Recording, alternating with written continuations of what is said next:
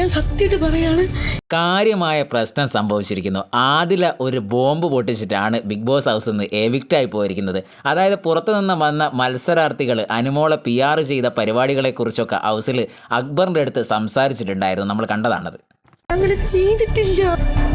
ഞാൻ അങ്ങനൊന്നും ചെയ്തിട്ടില്ലെന്ന് അനുമോള് പറയുന്നുണ്ട്. ആദില പൊട്ടിച്ചു പോയ ബോംബ് പുറത്തുനിന്ന് വന്ന മത്സരാർത്ഥികൾ പറഞ്ഞ കാര്യങ്ങൾ ചേർത്ത് വെച്ചാണ് ഈ ഒരു പ്രശ്നം ഉണ്ടായിരിക്കുന്നത്.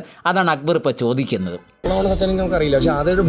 ഇതാണ് ഇപ്പോൾ ആര്യനും സംസാരിക്കുന്നത്. ആദില ഒരു ബോംബ് പൊട്ടിച്ച് പോയിട്ടുണ്ട്. നമുക്ക് സത്യമാണോ കളവാണെന്ന് അറിയില്ല. എന്തായാലും ആദില ഒരു ബോംബ് പൊട്ടിച്ചിട്ടാണ് ഇവിടുന്ന് പോയത്. അത് അനുമോൾക്കെതിരെയാണത്.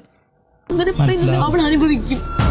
ആദില അനുഭവിക്കും. ആദിലയെക്കുറിച്ചാണോ അതോ പുറത്തുനിന്ന് വന്ന് PR കുറിച്ച് പറഞ്ഞ മറ്റു മത്സരാർത്ഥികളുണ്ടല്ലോ 2 പേർ, അവരെക്കുറിച്ചാണോ അനുമോൾ പറഞ്ഞത്? നമുക്ക് നോക്കാം. അത് കളിച്ച ചീപ്പ് കളിയാണ് ഞാൻ അറിഞ്ഞത്. നമ്മൾ നേരത്തെ പറഞ്ഞ പോലെ നീ കളിച്ച ചീപ്പ് കളി, അതായത് PR വെച്ച് അനുമോൾ കളിച്ച ചീപ്പ് കളി ഞാൻ അറിഞ്ഞിട്ടുണ്ട് എന്നാണ് അക്ബർ ഇപ്പോൾ അനുമോളെടുത്ത് പറയുന്നത്. ഇതാണ് നേരത്തെ വന്നവരും പറഞ്ഞത്.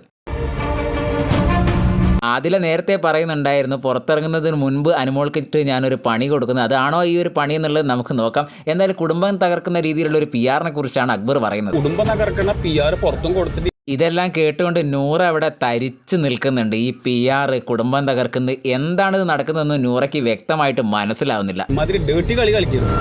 ഈ ഒരു കാര്യം കഴിഞ്ഞ ദിവസം അക്ബർ ആദിലിൻ്റെ അടുത്തും പറഞ്ഞിരുന്നു. എൻ്റെ അടുത്ത് വേണമെങ്കിൽ എന്ത് വേണേൽ ചെയ്തോട്ടെ, കുടുംബത്തിൽ കയറി കളിക്കരുത് എന്നുള്ള രീതിയിൽ അനുമോളെക്കുറിച്ചാണ് പറഞ്ഞതും. അനുമോളുടെ PR ബന്ധപ്പെട്ട കാര്യങ്ങളാണ് ഈ ഒരു പ്രൊമോയിൽ അക്ബറൊക്കെ ഉന്നയിച്ചിട്ടുള്ളത്. എന്തായാലും നമുക്ക് എപ്പിസോഡ് വരെ കാത്തിരിക്കാം.